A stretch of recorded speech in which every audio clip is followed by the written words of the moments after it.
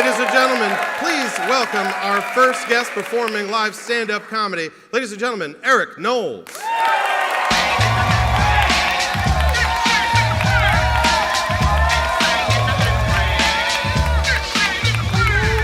What's up, San Diego? How y'all doing? Good, all right. All right, let's get it going. I'm Erik Knowles. Hi, how you doing? Great. I have 4 kids. 3 of my kids are stepkids, so this means I have 1 kid that I love for sure, and 3 more kids that I also love them too. I'm just kidding. I have 3 kids, so I'm a stepdad. I love being a stepdad. It's awesome because 3 of my kids have a dad that's already good. He lives in San Diego, 50-50 custody. They see him all the time. There's not like a void for me to fill in these kids' lives. I'm like an extra dad-like character. You see what I'm saying? So I feel like I can be a little bit stoned for some of it. Not all the time, just, I'm not saying like I get blazed up and drive them to church, but every now and then a little bit helps everybody get along. It really does. It does. I have a prescription. It's legit. I'm an adult. I'm a responsible adult. I don't do it in front of them, obviously.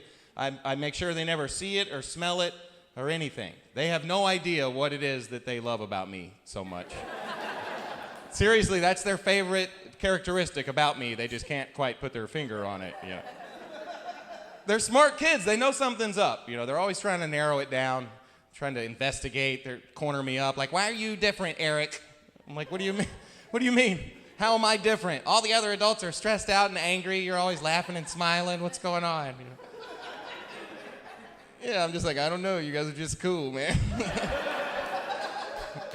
Like, I'm hungry. Let's go have snacks. Yay, we love Erik. Best stepdad ever.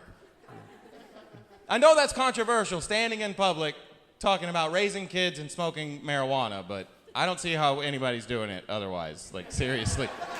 You guys doing it clean and sober, my hat's off to you, but I'm glad I live in San Diego this year. Yeah, it's good, man. I have a daughter. She's 9 years old. She's my best friend. She's been my best friend officially for 4 years. It's been official. That's how. Well, I know because 4 years ago she saved up her money, and for Christmas she bought me a bracelet, a BFF bracelet with hearts on it. Isn't that sweet?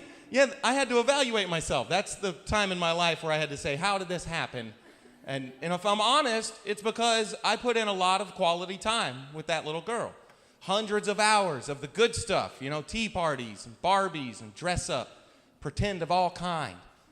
Yeah, none of that would have been possible without medicinal marijuana. That's the point that I'm trying to make.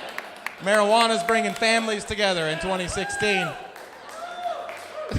Let's remember that next time we're all voting about it. All right, thank you very much. I'm Erik Knowles, everybody. Thank you, guys.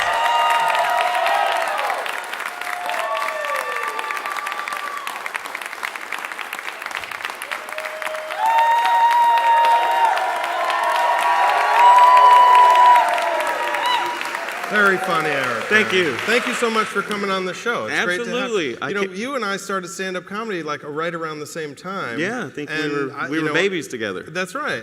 I started through Ocean Beach, but you started in a little bit more maybe noble way. I want to say. I mean, you started. I consider Ocean Beach pretty much where I started. Like, it wasn't the first stage that I ever went on. Did you first perform? You're a veteran. You're a Marine, right? Yeah.